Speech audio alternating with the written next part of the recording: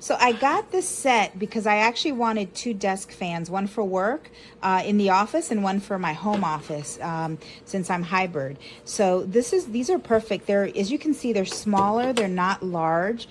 So they're perfect to put right in front of you when you're sitting there working. And you turn it on. It does give you a nice blow, and this is just on low, and right now it tells you also the percentage. I have 48% charge, so you can increase it to up to 4. It goes up to 4, so this is high, and it's relatively quiet. I don't know if it comes through the video, but you can hear it.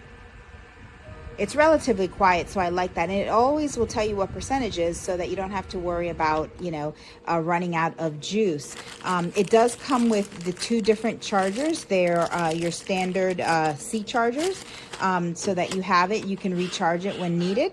And pretty easy and neat. You can just put it on there, or you can hang it if you want to hang it somewhere. You can, it gives you that option.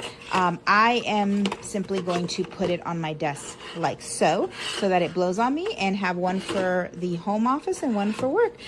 These are pretty cool. I like them.